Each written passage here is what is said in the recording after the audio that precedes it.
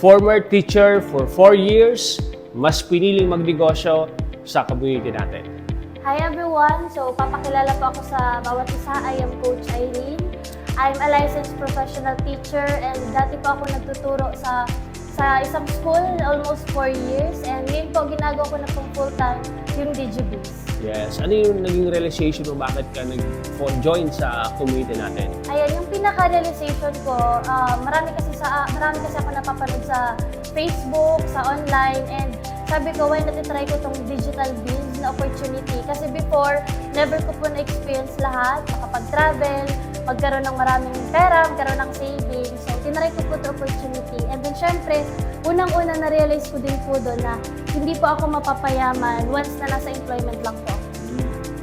Yes, totoo yun. Anyway, ano yung mga naging result mo dahil sa community natin? Ayan, so yung mga naging result ko po dito sa community and sa help po ng mga mentors na nag-guide sa akin, kumita po ako ng 6 figures monthly, Millionaires Club member na din po ako, and then syempre, recently lang po na achievement ko, part po ako ng top 20 ng buong community. Anong top ka sa ano? Top 16 po. Wow, congrats! Ayun, so ano nang bansa na puntahan mo? Ayun, Sa negosyo natin? Dito po, nakapag-travel po ako sa iba't ibang bansa. This year lang po, Macau and Hong Kong. Wow! And nakakapag-travel sa local po dito sa Pinas. Ilang days kayo dun sa Macau and Hong Kong? I think 3 to 4 days po. Wow! Grabe na travel yun.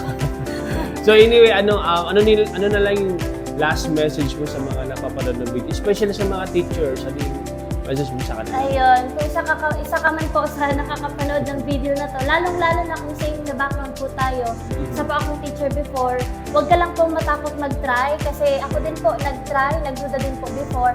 Pero dahil po sa help ng nasa community, sa mga mentor na nag-guide sa akin, na-achieve ko po yung goal na gusto ko po talaga mag-do. Yes. Sobrang layo ng level up mo dahil sa community. Anyway, ano yung aabangan namin sa'yo this year and next year? Ayun, Ano yung mga next goal mo? The next goal ko po this year and by next year kasi malapit na po matapos yung 2024. Goal ko po na ma-hit ko po agad is yung first car.